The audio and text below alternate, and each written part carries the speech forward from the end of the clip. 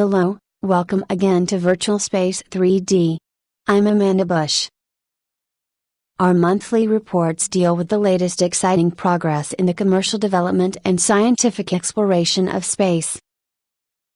In this month's show I begin with a report on the latest SpaceX Falcon 9 Dragon mission to the International Space Station and on a big step taken in development of a reusable first-stage booster. Then I'll talk about the discovery of a planet nearly the size of Earth that orbits within the habitable zone of its star. In addition, a comet will pass near Mars this fall and the Mars rover Opportunity gets a blow-cleaning boost to its solar panels.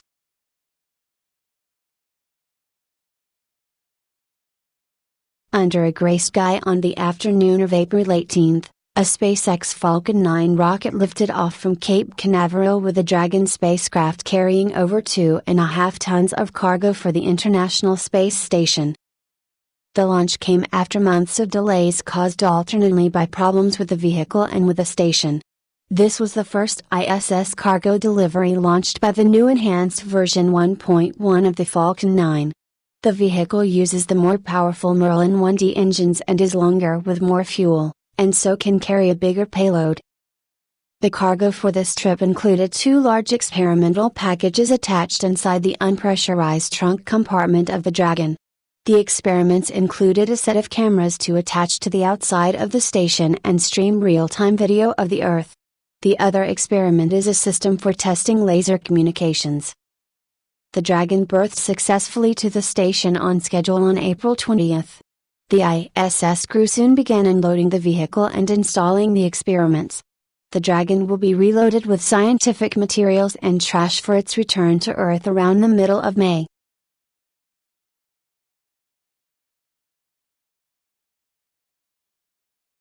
Another feature of the new Falcon 9 is a reusable first-stage booster. During a launch, the booster separates from the upper stage at a speed around Mach 6 and at an altitude of 50 kilometers. It will then refire 3 of its 9 engines to reverse its forward momentum and send it back towards the launch site. When it nears the landing zone, it will fire a single engine to come down for a vertical landing, with legs springing into place. SpaceX is carrying out a step-by-step development process that includes first returning the booster down for a soft landing onto the sea. Once this is perfected, they will try the return to the launch site. During the April 18 launch of the Dragon, they successfully brought the first stage booster down to the sea for a soft landing. They were unable to recover the booster from the water due to heavy seas and it eventually broke up and sank. Nevertheless, the test was considered very successful, proving that they can bring a booster down from hypersonic speeds at high altitude to a controlled soft landing. A brief image from a camera attached to the rocket looks down and shows the engine firing and the legs extended just above the water.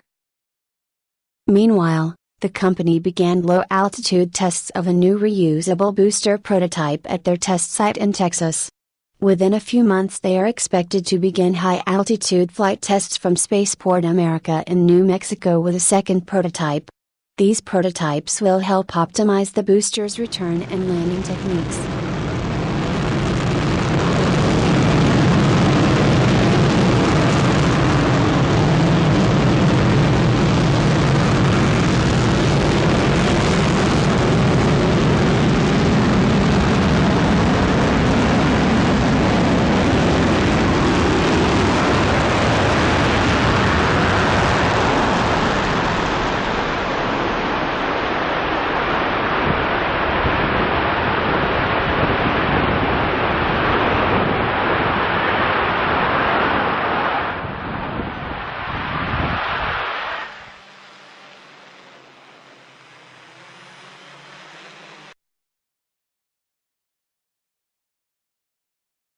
The NASA Kepler Space Telescope team has announced the discovery of the smallest Earth-sized planet found so far that lies within the habitable zone of its star.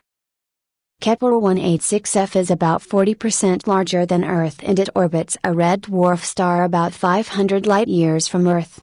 2 other planets somewhat larger than this one were also found to be in habitable zones of their stars.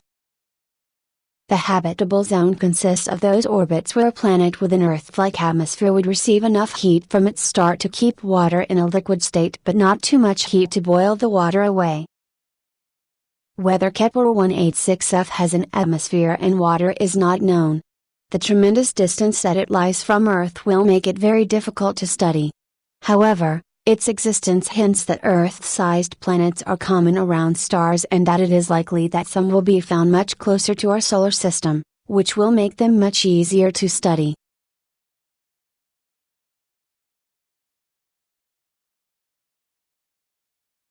Mars will have a visitor this October 19th when comet sighting spring will go zooming by. Comets have been observed to crash into giant Jupiter, and it was thought last year when sighting spring was first discovered that it might hit Mars. The comet's trajectory has now been more precisely measured and it will miss the red planet, though not by much. The distance of closest approach will be 135,000 kilometers, less than half the distance between Earth and our Moon. While there are movies galore about giant asteroids smacking into Earth, a perhaps greater danger comes from comets. Asteroids follow regular orbits and can be observed and tracked. Most of the really big ones have now been found. Comets, on the other hand, are often seen only for the first time when they come barreling in towards the Sun at tremendous speeds and energies. Out past Pluto there is believed to be a huge belt of icy rocky debris from the formation of the solar system. The big gas giant planets like Jupiter and Neptune occasionally make gravitational tugs on some of these objects, and when their orbits are perturbed sufficiently, they come in towards the Sun and we see them as comets. Their tails consist of the dust and water vapor emitted as these objects heat up from the Sun. A comet heading towards Earth might not be discovered with more than a year or two of warning. If we do not have an in-space infrastructure capable of deflecting it, we could be in big trouble. It appears that Mars will escape from getting blasted by sighting spring, but its dust may affect the orbiters there that are studying its surface and retransmitting data from the rovers. If nothing else, the Mars spacecraft should get some great images of the comet as it goes shooting by.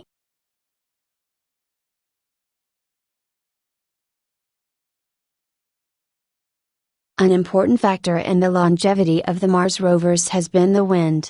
Though the atmosphere is only 1% as thick as on Earth, Mars can nevertheless kick up wind strong enough to carry dust for long distances. In fact, dust storms covering most of the planet have been observed in the past. It was thought that such winds might gradually deposit so much dust onto the solar arrays of the rovers, their power output would degrade until they became disabled. However, it turned out that periodically the winds are so fierce, they actually clean dust off the solar panels instead of adding more. A recent image of Opportunity's solar panels shows that it is much cleaner than they were back in January. Small twisters, or dust devils as they are called, have actually been imaged on Mars by the rovers. Perhaps a dust devil occasionally passes over Opportunity and blesses it with the red planet equivalent of a car wash.